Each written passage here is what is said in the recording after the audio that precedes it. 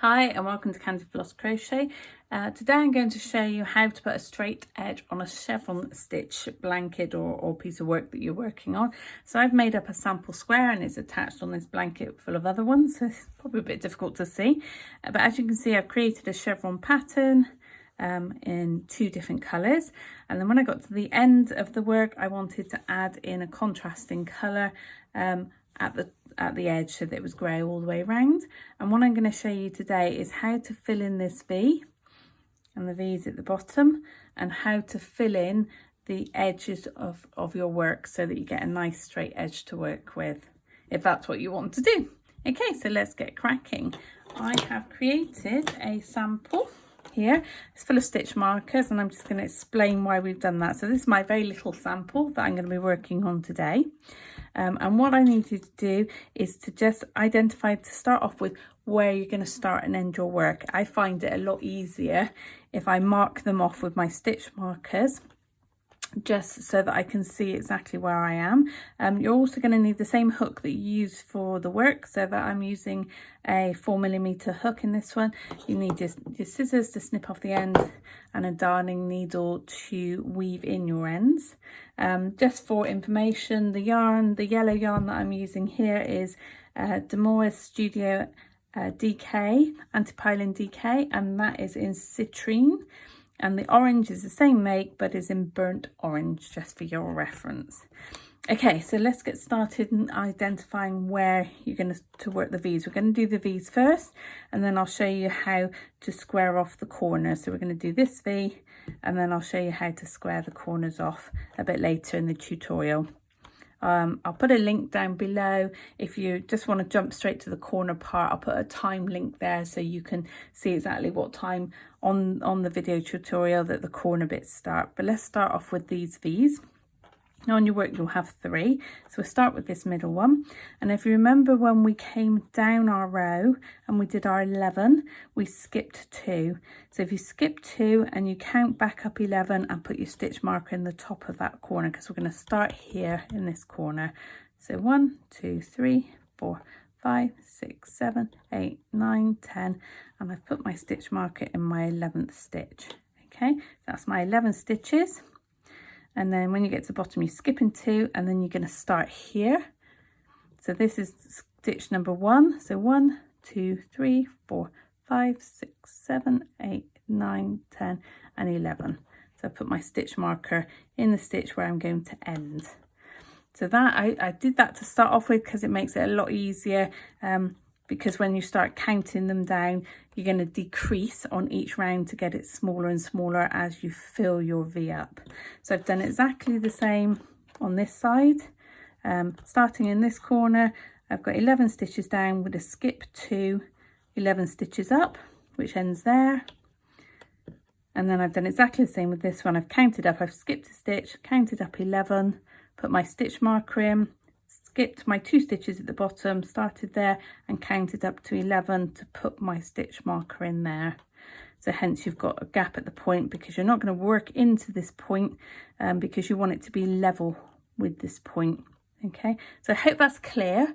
So if you want to go ahead and mark out your work, I would just do one corner at a time, or one V at a time to start off with, but I've marked them all up so that it makes it easier to see. So once you've done that, pause the video, put all your stitch markers in, get your yarn ready, get your hook ready, and we will crack on filling in our first V. Okay, so you should now have your stitch markers in place with your starting stitch up here on the right, 11 stitches down, stitch marker, skip 2, another stitch marker with a count of 11 up to the top. Okay, so now we've got to join our yarn into this top corner here. So I've got the same yarn that I used before and my 4mm crochet hook, and you're going to use the double crochet stitch. So create a slip knot, remove the slip knot from your hook, remove your stitch marker from that corner and place your hook in that stitch, add your yarn, pull through, take your ends to the back, and then just chain 1. So that's our first stitch, and now we've got to work another 10, so 11 in total, because this one's going to count as a stitch. down to the bottom to the next stitch marker. So that's number 2, 3, 4,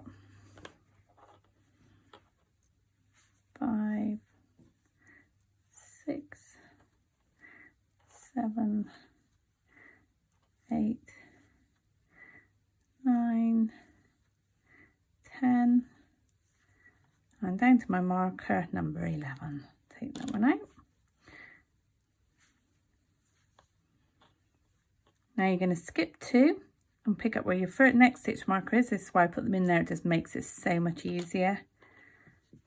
Jump across to that one, work your first double crochet on your next row. So that's number 1, 2, 3, 4, 5, 6,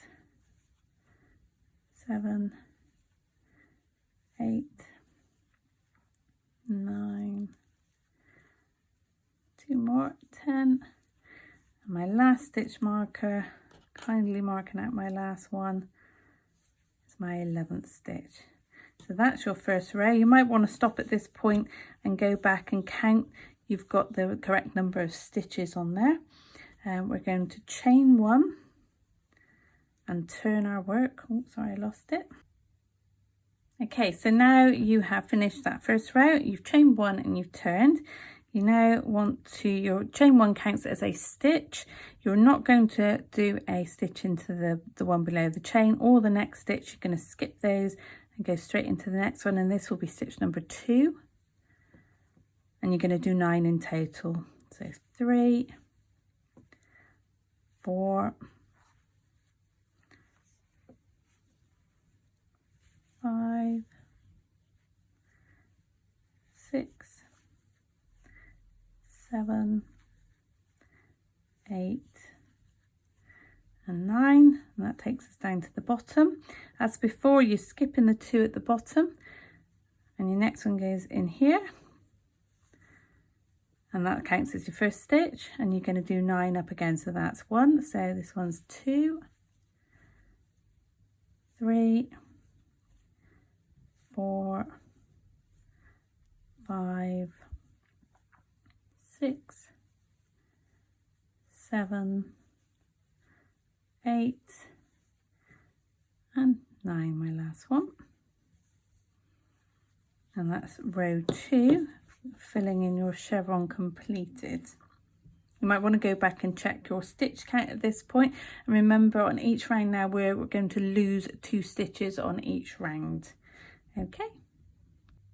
Okay, so you now want to chain 1, turn your work, and remember we're going to do the same on each one.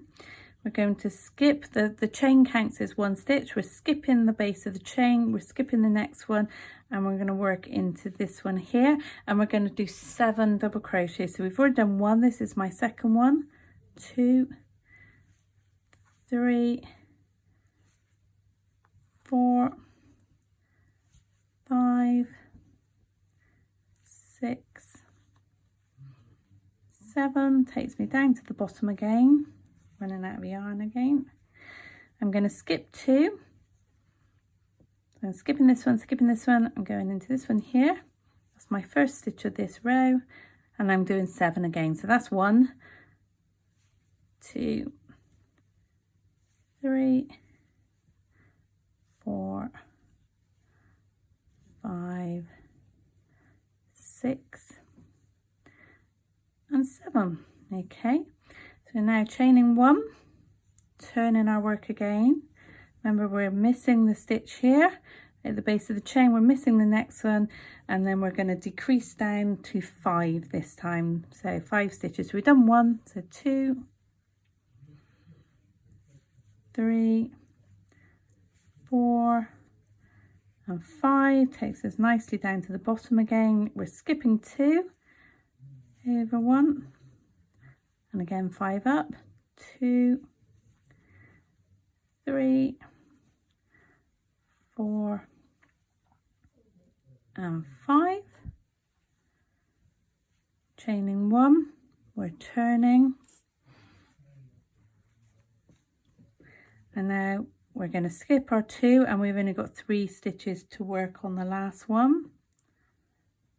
So we're skipping 1, skipping 2, 1. So sorry, that's 2 because our chain counts is 1. Sorry, did I say chain 1? I'm not sure whether I said chain 1 now. Yep, I did. Chain 1 and turn. Sorry to confuse you. Skip the chain base, skip the next one. So that's 1, 2 and 3. Takes us down to the middle. We're skipping 2 into this one. So that's 1 again, 2 and 3. Okay, so as you can see, we're nearly at the end now. We've just got a slight dip that we need to fill in. So as we've done before, chain 1, turn your work, and then you are going to skip 1, do a double crochet into the next 2 stitches, skip 1, and then just slip stitch to the end to finish off. Just going to pull that up so you can see. We now have a nice straight edge where we did have a V. And that's the end of that. So you can just pull that through and snip that off, and then turn your work, put your stitch markers in again, and start counting back. So remember, you skip 2 at the bottom and you count back 11 and put your marker in the top. You're skipping the 2 at the bottom, counting that to 11, marker at the top. So if you do it that way, it just makes it easier to find, but as you can see, you end up with a nice straight edge. So our next tutorial, we're going to fill in these corners here. So I will put, as I said, if you want to stop the video now, go back to the beginning, fill in all your V's. Now you've got into the habit of doing the V's, and then, as I said, I will put a timestamp in the bottom in the description box for when I start doing the corners here, so you can see how to square off your corner edges. Okay, welcome back. We're now going to fill in or square off our corner edge here, and I've just placed a couple of stitch markers in just because I think it makes it easier to guide you to start off with. So that's our first stitch and our second stitch and our third stitch. So if you place a stitch marker in the 4th stitch, and then you need to include this one and count up to 11 to put your next one. So I've got 1, 2, 3, 4, 5, 6, 7, 8, 9, 10, and I've put my stitch marker in my 11th stitch at the top here. Just makes it easier to know where you're meant to start and stop with this one. So let's get cracking with this. Let's make our slip knot with our yarn. I'm still using a 4mm hook, by the way, same as before, and the same colour yarn. And I'm going to insert my hook in my first stitch, place my yarn over the top, pull it through, take that tension up and chain 1. And I'm going to, that's a stitch created into that one already. Then I'm going to do another double crochet into the next stitch. I'm going to skip the next stitch, and where my stitch marker is, I'm going to do 11 stitches. So this one, if I can get it off, is the first one of my 11 stitches. So I've skipped 1 in there. That's 1, 2, 3, 4, 5, 6, 7, 8, 9, 10, and my very last one takes me up to my stitch marker, which is my 11th stitch. So that's round 1. Okay, so now you want to go on to the next round, so we're going to chain 1 and turn. And remember, our chain 1 counts as a stitch. So we're going to skip this one, we're going to skip the next one, and we're going to put a DC in the next stitch. And we're going to do a total of 9, so including our first one. So this is our second one. So that's 3, 4, 5, 6, 7, 8 and 9. Then we're going to skip one and we're going to put a DC in the last 2 stitches. So skipping this one, DC into this one. Now the last stitch is where you joined your yarn at the beginning, so it's not really a proper stitch as such, so it's quite difficult to find. So you might just have to force your hook through to get the very last one, but it's important you don't miss it. And that's that row done. Again, you're chaining one and you're turning your work. Chain one counts as your first stitch, so we're doing 1 DC into the next stitch, so double crochet, skip one, and then we're going to do 7. So 1, 2, 3, 4, my yarn's all caught, 5, 6, 7, last stitch there, chain one and turn again, skip your chain and the next stitch on that one, skip your chain on this one and then 1 double crochet in the next 4. So 1, 2, 3 and 4, and then you're going to skip a stitch and put 1 DC, 1 double crochet in the last 2. So I've skipped this one here, 1 double crochet into the last 2 stitches on that one, and then we chain one and turn again. We're going to do, we've got our chain one that counts as a stitch, so we're going to do a double crochet into the next stitch. We're going to skip the next one and then a double crochet into each the last 3 there. So we're now on to the very last row. So as before, you're chaining one, you're turning your work, and you're skipping the chain one, you're skipping the next one, work a double crochet into the next stitch, and then in your very last stitch, just to change things up a bit, we're going to do a UK treble crochet. So to do UK treble, you yarn over, insert your hook, yarn over, pull through, 3 loops on your hook, yarn over, pull through 2 loops on your hook, yarn over, pull the last 2 through, chain 1, and then you can snip off your ends, pull it through, pull it tight, and that is your corner completed. So as you can see, this side we've still got a nice edge here, and this side, when it's all blocked properly, you've got a nice straight edge. And that is the end of the tutorial. So what you can do now is carry on and fill in your other corner at the other side, and if you haven't already done your V's, then you might want to fill your V's in. But that is the end of this tutorial, and thank you for watching.